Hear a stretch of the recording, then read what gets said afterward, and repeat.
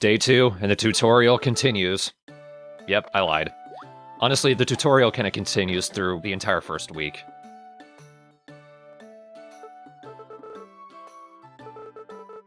At the very least, Rutger here is going to teach us some things that's actually specific to this game, though it's in a couple of other Harvest Moons, including Hero of Leaf Valley. Though not quite in this form. This is the message board. People are going to leave requests here. When we accept requests, we have to go out and gather a certain number of items, and then bring them to that specific person, and then they'll give us rewards.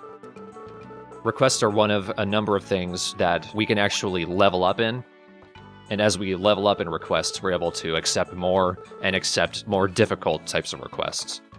But for now, we're just going to kind of learn what they are.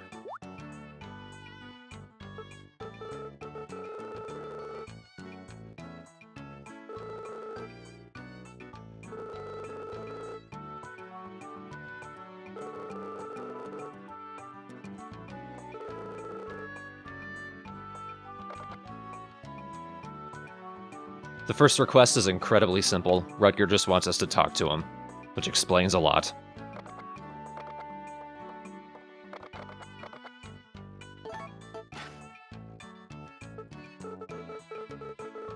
I feel like I'm 12.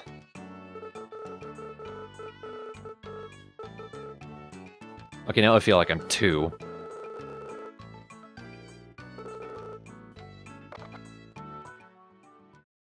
Thankfully, so Bluebell is the livestock town, and thankfully Rutger has set us up with a cow and a chicken right from the start.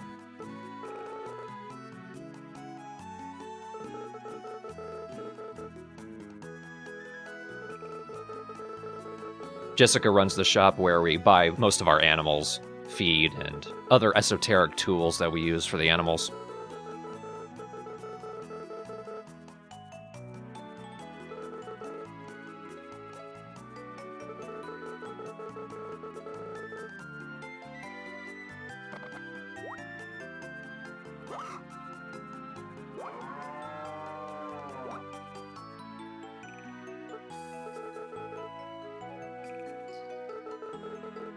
Obviously, the thread has not gotten the chance to name any of our animals yet, so I've just gone with my usual default of naming them faces. Just pretend that all of these names are pronounced as face.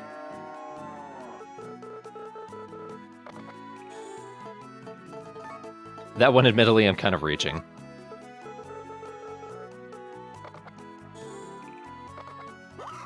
Chicken's happy, he doesn't understand.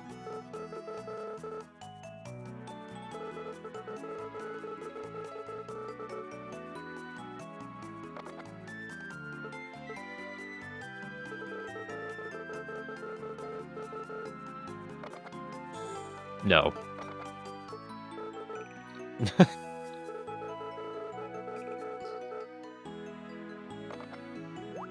And she immediately gives us the tools we'll need. Starts us off with some fodder. What's very cool about this game is fodder and chicken feed, one serving of each counts as 5 different meals.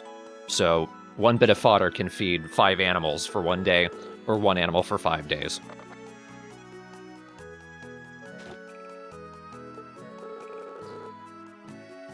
She also gives us the brush and the milker for the cow. When you put the feed in the storage, it automatically gets dispensed in the coop in the barn.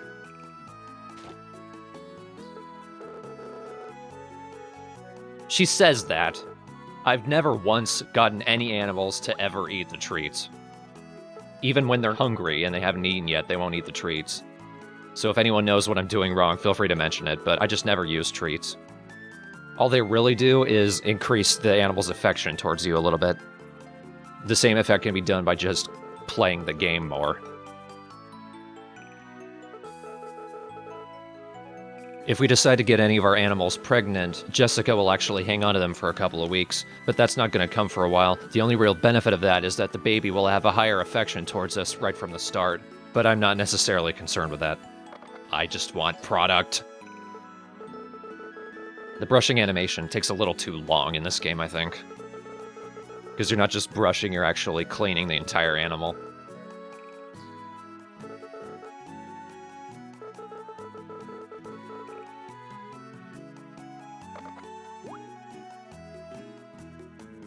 But she's a nice enough lady.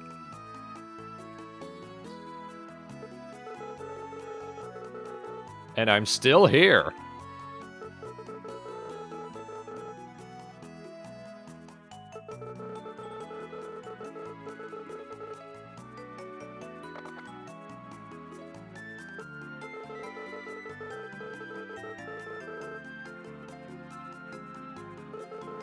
If you forget how to talk to people, well, I just can't help you.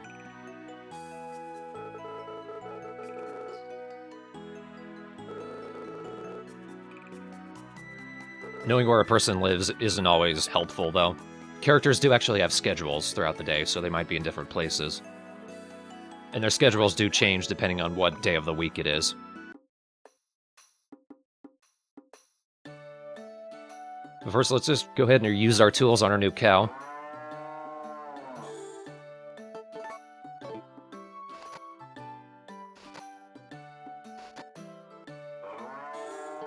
Took kind of a while. I am playing this game on an emulator, though, so I can actually fast-forward through that while I'm playing, which is what I normally do on my main game, but I'll reserve it in case people want to see that slow-as-crap animation every single day, for every animal we get.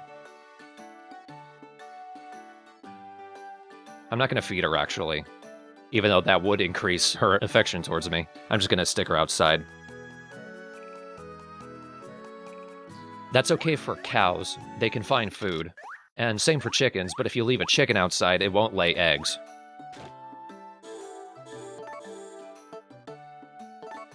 And here, giving a demonstration of how if you throw an item, it won't disappear when it hits the ground. And it will actually stay there if I wanted. Chicken, not laying outside, gonna keep him indoors. Oh, I missed. I do like that you can throw items. And for example, if I threw food on the ground or into one of the troughs, it'll go in there. And I like that you can actually watch your animals eat, and once they're done eating, the heart will come up, and the heart is the sign that the affection has gone up. So even just taking care of them logically makes them like you more. But also I can throw items into the shipping bin, which Rutger has yet to stop us to teach us about. So let's do that now.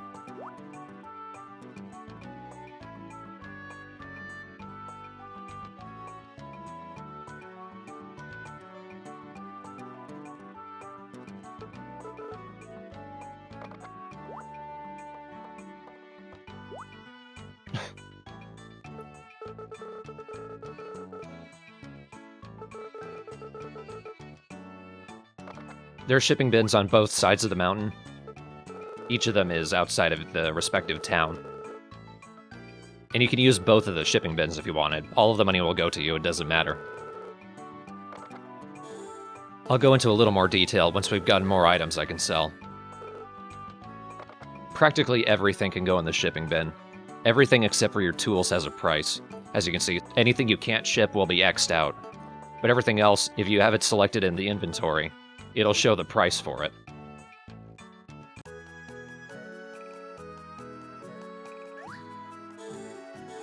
We'll go into pricing in relation to freshness as the LP goes on. Here, even though Face hasn't eaten yet, she doesn't want the treat. Whatever I'm doing wrong, feel free to tell me. I'm just not going to worry about the treats. I'm going to go ahead and selling the produce first. Later on, I'm actually going to be holding on to all of my produce, because I like to have a crap ton of ingredients ready when it comes time to cook. Jessica has a pair of kids. Wondering where they are. Oh, and there's one of them. This is Cheryl. She's slightly obsessed with her brother Ash. Because there's always that one character. Speaking of which, this is her brother Ash. He is our first bachelor. One thing you'll find about this game, all of the bachelors are cuter than the bachelorettes. Funny thing about this game, go figure. Now if you look down in the corner of everyone's dialogue box, you'll actually see a vine with some flowers growing on it. That's their friendship gauge, basically. The more blooming flowers they have, the more they like you and the better friends you are. In the bachelors and bachelorettes cases, their flowers will also change color. Speaking of which, this is one of the bachelorettes. Of course, we're a woman, so we can't do anything about that. This is Georgia. She's stereotypically Southern. Not even joking. Her father is Grady. He runs the pet shop. We can also buy horses from there. Or puppies. And holy hell, this is Howard. He's incredibly camp. He could probably kill you with one hand, but he's a big sweetheart. He runs the cafe. Cam is another one of the bachelors. He runs the flower shop, but not consistently enough as I would like. He's another one of the bachelors, but for today, he's actually not in town, which just sucks. I think he's completely out of town on Mondays. So if you ever needed him for something, make sure you get it to him before then. Lainey is another bachelorette. She's the waitress at the cafe and Howard's daughter, so I guess that'll teach you for judging. Camp people can be good fathers. First couple of actual requests involve us catching animals with our bare hands, which will be interesting. And here we have our new best friend. This is Eileen. Eileen is not a bachelorette, even though you think Marvelous would have learned their lesson after everyone wanted to marry Flora in A Wonderful Life, but nope. She's the game's carpenter. She's incredibly dozy and easily the most attractive person in the game, so you can see how that's annoying. She upgrades our farm for us, although she can only help us when she actually sets a request on the message board. That's something that kind of annoys me. I would like to actually have her be able to upgrade my barn, upgrade my farm when I want her to, but like a lot of things in this game, if it's not a request on the message board, you can't do it. And here's one of a interesting group of triplets. This is Diego. He has a brother, Enrique, that lives with him but doesn't really do anything, just kind of hangs out in the pasture behind them. And they also have a brother, Raul, who lives in Konohana. It's their shops where you buy most of the ingredients for cooking, things like flour, oil, and rice, as well as chili peppers, edamame, and sea urchins, which are not used in a lot of recipes, as well as food and treats for your pets after a point. Raul creeps me out the least. Probably because, well, one thing you'll notice about the triplets, each of them has a bigger nose than the other. Enrique has the biggest. Raul's is right in the middle, it's just kind of a circle, but he actually reminds me of Mario, so he doesn't quite disturb me as much. And yes, they are stereotypically Mexican dressed, but if you talk to Raul, he even thinks it's over the top, but he only wears it for the customers.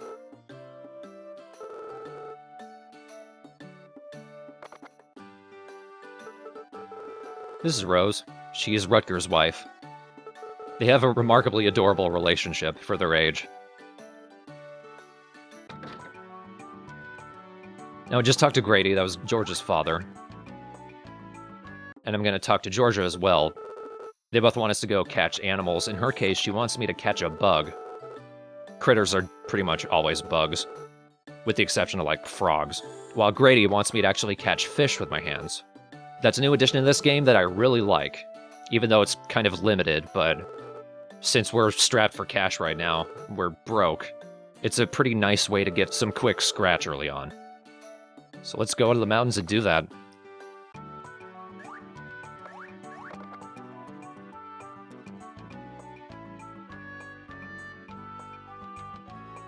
But first, pointless cutscene.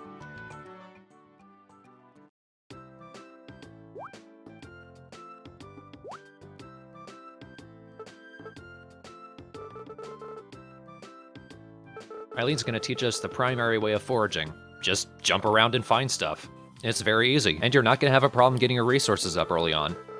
This is one of the few Harvest Moon games that does not take forever to start up, although the constant tutorials can make it feel that way. You can also consider that a slight hint for good gifts to give Eileen. There are twigs and rocks located around the landscape. Normally what you do is once you've gotten a hammer and an axe, you can break those down for material. But if you give them raw to Eileen, they're some of her favorite items.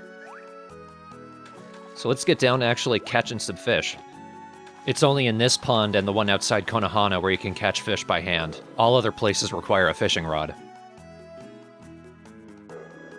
Yeah, that's a bear. He's not coming out of the log, though. We'll have to wait until next time before I can actually see one.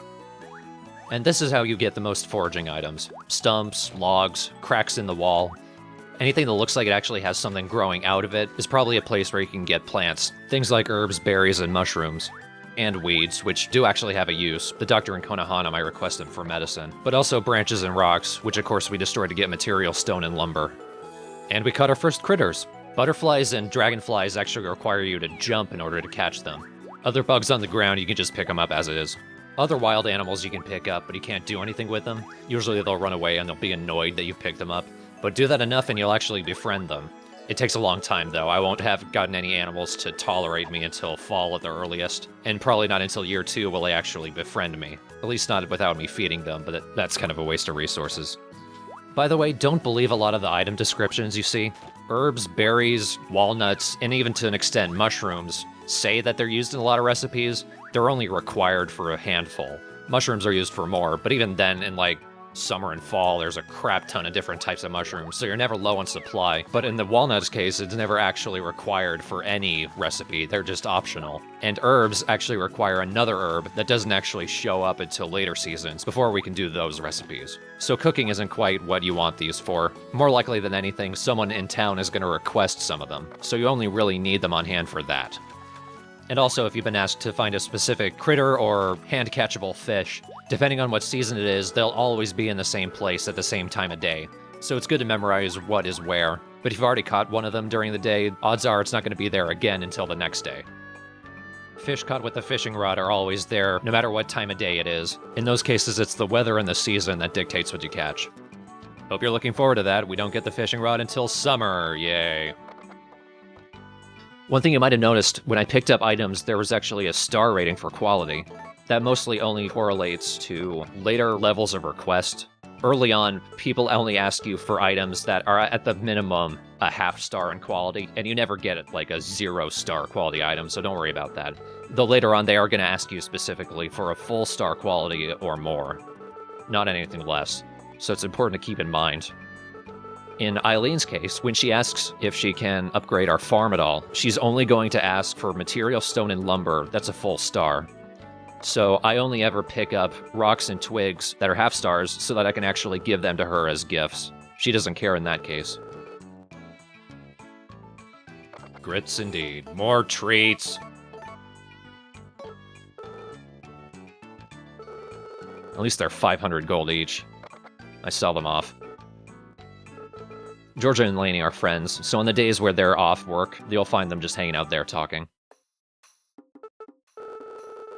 Oh, Howard. When Howard has the cafe open, he'll only really have 2 foodstuffs available. Although you don't immediately eat them, you actually put them in your inventory. So you can, I don't know, give them as gifts if you want. They're only always half-star quality, though. So it's mostly only really useful for getting your stamina back.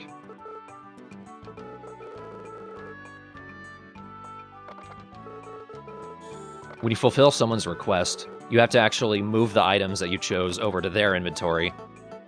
And then your character just spontaneously produces a box, even when I only just caught a grasshopper. And then the other character will be surprised that you did this, because that's a bizarre thing to do. But then they'll actually give you a reward. But to take the reward, you have to take it from their inventory over into yours, because we need to use the touchscreen. Also, Grady's kind of leading me on. You can't actually cook any small fish. And see, he even admits it, cheeky little bastard.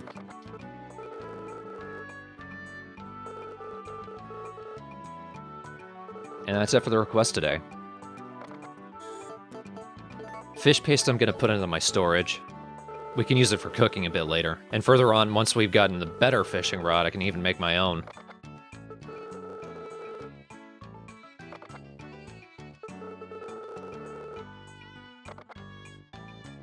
During the afternoon, Eileen just hangs out outside her house, so it's generally easy to find her. But that's going to be it for this part. Next time we're going to explore the rest of the mountain and make our way over to Konohana, meet some of the characters over there, as well as the next 2 bachelors. Again, we're still missing Cam, so we haven't seen all of them yet, as well as one who doesn't show up until later seasons. So hold your votes on what bachelor I go for. But until then, cows.